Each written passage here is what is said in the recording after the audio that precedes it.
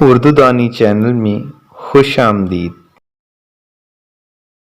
اگر آپ نے ابھی تک ہمارے چینل کو سبسکرائب نہیں کیا تو اب کر لیجئے تاکہ ہماری ہر نئی ویڈیو آپ تک پہنچ سکے۔ لفظ ڈرامہ یونانی لفظ ڈراؤ سے مشتق ہے، جس کے معنی ہے عمل کر کے دکھانا، لیکن ادب کی اصطلاح میں ڈرامہ ایسی صنف ادب ہے جس میں ایک مکمل کہانی ہوتی ہے جو کرداروں کے حرکات و سکنات اور مکالموں کے ذریعے سٹیج پر پیش کی جاتی ہے۔ اسی لیے ارسطو نے اسے کسی ایسے عمل کی نقالی سے تعبیر کیا ہے جو مکمل ہو۔ ڈرامے کے اجزاء میں نہ صرف کہانی، پلاٹ، کردار اور مکالمے اہمیت کے حامل ہیں، بلکہ اس کے لیے سٹیج، پس منظر، موسیقی اور کرداروں کا عمل بھی اتنا ہی اہم ہے، کیونکہ ان باتوں کا تعلق براہ راست ڈرامے کی پیشکش سے ہے۔ ڈرامے کا بنیادی عنصر کہانی ہے۔ اسی کہانی کا تانا بانا ڈرامے کا پلاٹ ہے۔ منطقی طور پر کہانی میں جس قدر باطنی معنوی ربط ہوگا، اسی قدر کہانی اچھا تاثر دے گی۔ کسی بھی ڈرامے کی دلچسپی اس کے بنیادی کرداروں کے باہمی تصادم اور کشمکش میں مضمر ہے۔ کردار جتنے زندہ اور حقیقت کے قریب ہوتے ہیں، اتنے ہی وہ ناظرین کے دل و دماغ پر اچھا اثر چھوڑتے ہیں۔ گویا اعلیٰ کردار نگاری ہی ڈرامے کا کمال ہے۔ ڈرامے کا اہم ترین حصہ اس کا نقطہ عروج ہے۔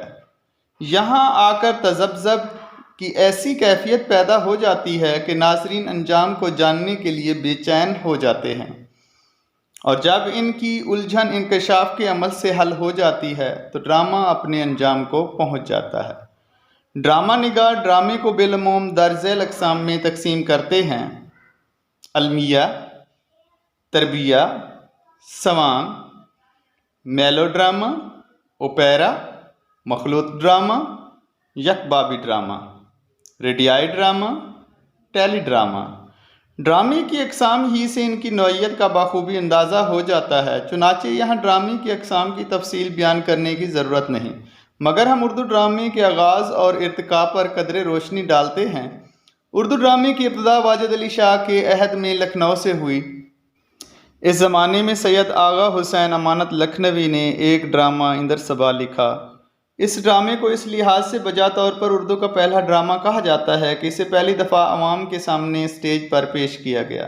یہ ڈرامہ بہت مقبول ہوا۔ 19ویں صدی کے آخر میں اردو تھیٹر کا آغاز ہوا تو ضرورت کے تحت ان گنت ڈرامے لکھے گئے، جو بہر طور پر اردو ڈرامے کے ارتقاء میں انتہائی معاون ثابت ہوئے۔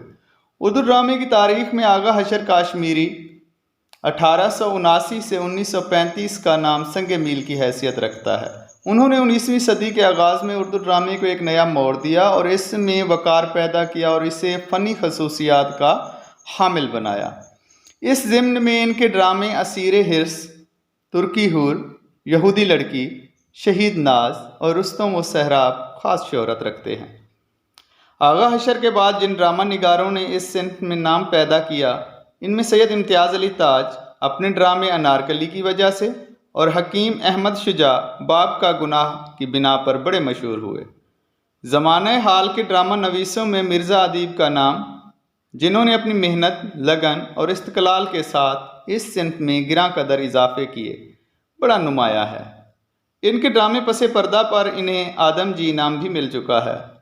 انہوں نے کشمیر اور فلسطین کی تحریک آزادی کے موضوع پر بھی ڈرامے لکھے، جنہیں بہت پسند کیا گیا۔ مرزا ادیب کے علاوہ جن اہل قلم نے اردو ڈرامے کے ذخیرے میں اہم اضافہ کیا، ان میں سعادت حسن منٹو، آغا بابر رفیع پیرزادہ، اشفاق احمد، بانو قدسیہ، انتظار حسین، خواجہ معین الدین، کمال احمد رضوی، امجد اسلام امجد، حسینہ معین، یونس جاوید اور اصغر ندیم سید کے نام شامل ہیں۔ ہمارے ہاں سٹیج ڈراموں کی حالت تو شاید اتنی اچھی نہیں ہے، مگر ٹی وی ڈراموں کو آج بھی ہر جگہ قدر کی نگاہوں سے دیکھا جاتا ہے۔